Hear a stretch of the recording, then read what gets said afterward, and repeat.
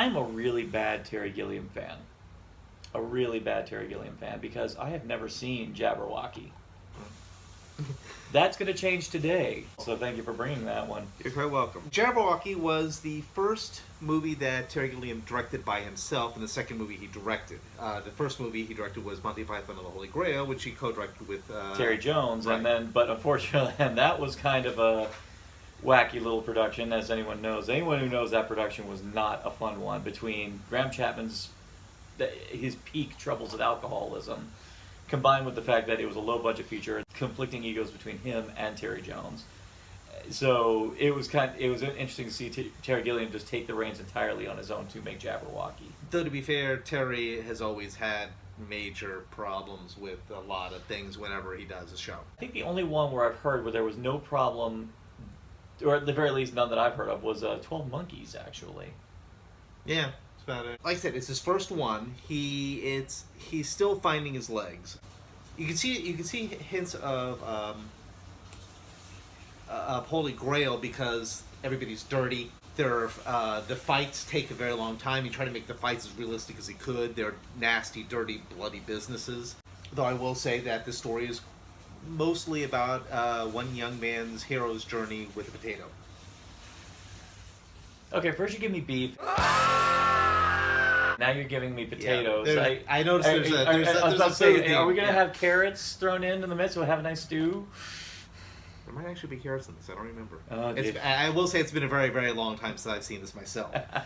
The title Jabberwocky, I'm assuming this is Lewis Carroll's Yes. Jabberwocky. It is a sort of a retelling of the poem. There is a fight involving the Jabberwock, and they spend a metric crapload of money making the Jabberwock. They must have. It's impressive. So does this? Will we be seeing any of his Python alumni in here? One. Just one? Yeah. Just one? Yeah. Okay. Palin, if memory serves. The nice one. Yeah. The quote-unquote nice one. That's what they said, at least. Of course, these are the Pythons. I mean, they'll say that about each other. Heck, they say John Cleese is the biggest bastard of the bunch, and... Actually, I can kind of still believe that, but... I can believe it. I can believe it, but at the same time, he's still the funniest. Yes. Brad, have you seen... You said you've never seen I this. have not, no. I own it, but it's one of these... It was in Ellison's Paladin of the Lost Hour. Someone said, when people see his entire library and has he really read all those books? And so I just tell them, hell no! Who wants a bunch of books you've already read? I myself, like I said, I'm horrible. I have not seen it. And the funny thing was, I had a friend who, right when I was really getting into Monty Python, told me about Jabberwocky. Heck, his net handle was Jabberwocky. And I'd always tried to prioritize seeing that right when I was getting into watching a lot of Terry Gilliam's stuff. I think it was just because I couldn't find it anywhere. It was hard to find for a while, yeah. Yeah, it was. I mean, but evidently what you got there is the Criterion edition. So. Yeah, this is just released late last year, I think. Really? Yeah. Okay, so it's on Criterion, so that means you're going to pay like $40 for about $20 worth of content, so... Hey, I love Criterion style. What can I say? Yeah, and that's the thing. They'll make it worth it because Criterion does do really good on their content. Really? If you want proof, look at the Brazil box set. Yep. Oh, and, you guys could redo Baron Munchausen at any time. I still got the Laserdisc, but I'd really, really like a Blu-ray. I've got it. Yeah, I mean, I've got the special edition of the DVD, but yeah, I wouldn't mind a Criterion of that too. Mm-hmm. Well, Terry really loves Criterion, and I think he's probably going to get his entire library at one point on there. Just, do we need a Criterion of the Brothers Grimm? No comment. Who am I kidding? I'd buy it, but yeah. And I will be honest, this isn't his best work. He was still finding his legs. I mean, I'm not going to compare it to Brazil, Time Bandits, and Baron Munchausen. I'm not. It's not as good. It's good, but it's not that good. All right. Well, we won't know until we see it. So for all you at home, join us. This is Jabberwocky.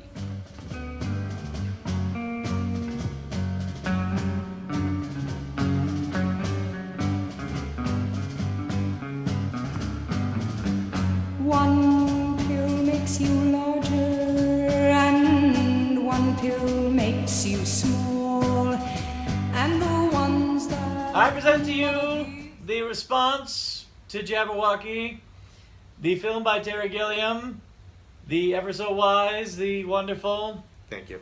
and the absolutely multi-talented, multifaceted, and yet controversial with studios.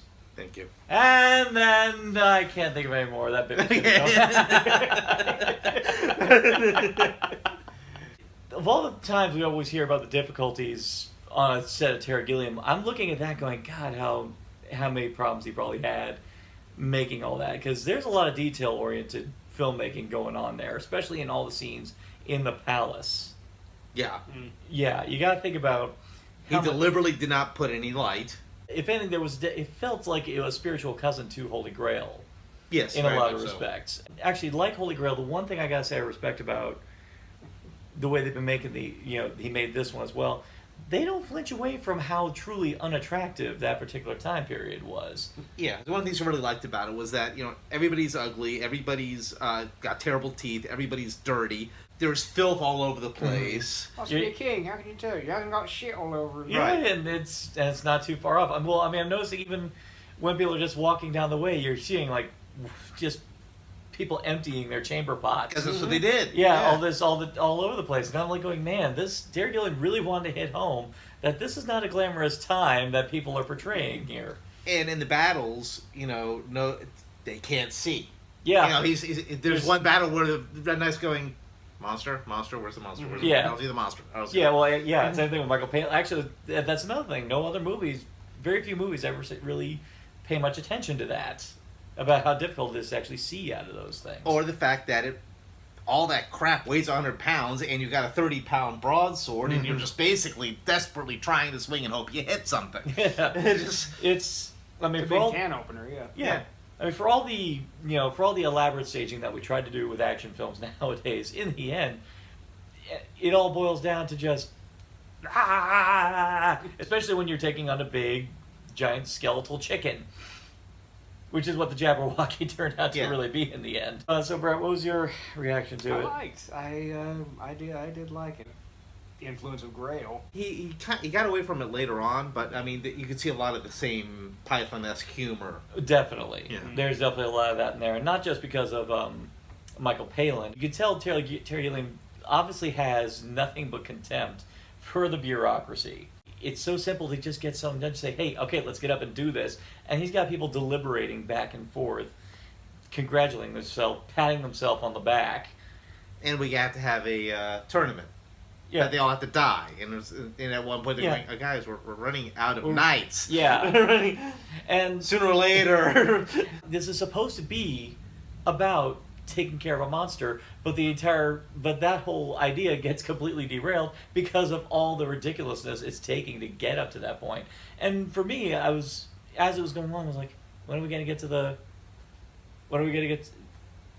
we should have been there by now. Okay, and then I realized, that's the joke. point. That's the joke of this movie, is the fact that what should be a simple case of, let's get our best, head out there, take this thing out, which they probably could have achieved with multiple nights.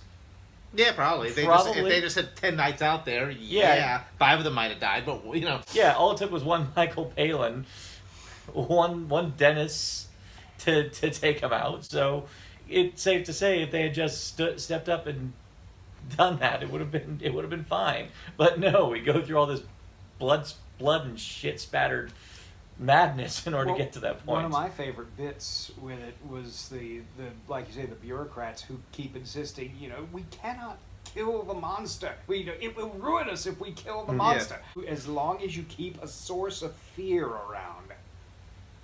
Yeah. Exactly. Yeah, I'll say when I noticed that plot was happening, I was like, they have always been a war with Eurasia. Mm-hmm. Oh god, yeah. In the end, there's always someone who wants to profit off of disaster and pain and devastation, and I love the fact that the movie took the time to focus on that too. Now, having said all that, is it entering my top 3 of the Terry Gilliams? Probably not. No, probably not. But no. Well, I kind of look at this in a way the same way I look at when you look at something like, say, Reservoir Dogs or Christopher Nolan's Following, where it's like you can see the makings of a great filmmaker here, but it's still kind of at a rudimentary phase. Or it's like when you watch the first episode of your favorite TV show and you realize it's got some developing to do. Yeah, exactly. You see where it's going, and even the next one, Time Bandits. Yeah, great. Yeah, already leaps and bounds better, and then all the way up to Brazil, which I still say is his masterpiece. I go back and forth between that and Bear Munchausen, honestly. But What- yeah, Brazil was awesome. Brazil, yeah, Brazil is pretty amazing. We could talk about that's that a for whole hours. other conversation right there. But as for me having seen You have to Gilliam's say the number. number 3. Well, one thing about filming out in Britain is, as Eddie Izzard very effectively said, is like, look, they've actually got castles here. You know, when he's talking about when they built Euro Disney, he's like, look, they might have to build the castle bigger. They've actually got them here, and they're not made of plastic. So you can imagine that might have kept the budget down because they've got a whole bunch of castles lying around that they could just easily film out of there, just dress up the set, and they've probably got loads of costumes. Well, yes and no. Because remember this when they were talking about Holy Grail. Mm-hmm. The problem with castles is that they're really tiny. I mean, Yeah. excuse me, they're big, but the rooms inside are usually really tiny by today's Yeah. standards. So there isn't enough room to have a cameraman and the lights and all that stuff. So they usually had an awful hard time actually filming in castles. They usually had a set. Well, I did notice a lot of times when they were indoors, like the King's throne room, did seem a very tight space. Heck, it looked like a broom closet practically. But at the same time, I'm like going, that's probably what a lot of them actually look like. Yeah, I've also remember people saying they seen the outside of Buckingham Palace and they were like, this thing's tiny. Any closing thoughts? It's worth watching. It is not Terry Gillian's best work. I tend to think of this one of two things. Either he's an acquired taste, or you like him or you don't. If you like him, I recommend it. If you don't like him, this will definitely not convert you. This would, this definitely, I agree. Yeah. This would not be the one I'd trot out to show people to get them on board with Gilliam. Actually, on that line of train of thought, what would be the one? I have no clue. I'd say Bandits, Time Bandits would be Munchausen. Time Bandits. Time Bandits, maybe, yeah. Time Bandits, I think, is probably the most accessible. For the stoner crowd, Fear and Loathing in Las Vegas. 12 Monkeys. 12 Monkeys actually Well, for the 12 Monkeys for the sci-fi crowd. Yeah. Yeah, for the sci-fi. Fisher King. That was when we got him the awards. Oh yeah. You know, I still have to watch it all the way through. I need to get around to sitting down that. Even if it does have Technotronic in it. There's a little part of me also thinking Brazil, but I don't know. That's kind of a risk, depending on. You know. I dearly, dearly, Yeah. dearly love Brazil, but it's not the most. I'm not. If you're the right type of person, yes. Yeah. If they're into really, really, If you really dark comedy. Yeah. that's- If you really, really hate them, show them the 94-minute Love Conquers All cut. Let's not. We don't Yeah, talk we about don't that. speak I about said it. if you really, really hate them. Yeah. Oh no, I can't watch that without the commentary of on the Criterion edition, because that basically spends the entire 94 minutes talking about every reason why it's horrible. Yeah. I myself would not really recommend this as a first outing for anyone who's a fan of Gillian. This is kind of a curiosity after you've become a big fan of his work. I'd say that's the best bet. Yeah. And looking to the future, and actually the real reason we're doing this episode is because finally, at long last, 30 years. after so long, The Man Who Killed Don Quixote is finally on the cusp of release. I say on the cusp of release because even then we still don't know when the thing's actually getting released. Honestly, at this point, I'm just not surprised. I'll take it when it comes. When it's there, I will see it. I may be 90, but it is there. I will see it. Yeah. Well, wait. I'll finally get around to watching the Zero Theorem because I heard that was interesting.